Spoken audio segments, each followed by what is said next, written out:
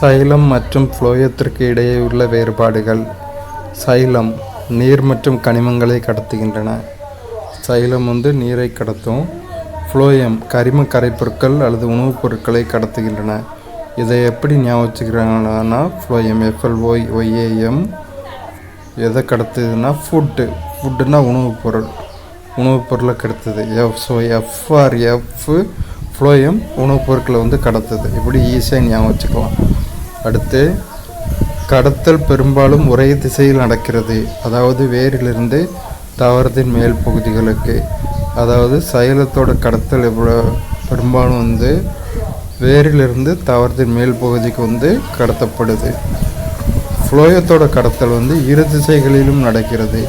இலையிலிருந்து வளரும் மற்றும் சேமிப்பு உறுப்புக்கு அல்லது சேமிப்பு உறுப்பிலிருந்து வளரும் பாகங்களுக்கு. இலையிலிருந்து தண்டுக்கோ அல்லது தண்டிலிருந்து இலைக்கோ மாறி மாறி ஃபுளோயத்தில் டிரான்ஸ்ஃபர் நடக்குது. சைலம் ட்ரக்கீடுகள் மற்றும் சைல குழாய்கள் மூலம் கடத்துகின்றன.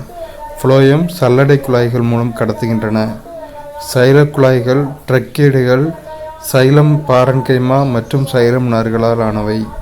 ஃபுளோயம் துணை செல்கள் ஃபுளோயம் பாரன்கைமா சல்லடை கூறுகள் மற்றும் ஃபுளோயம் நார்களால் ஆனவை.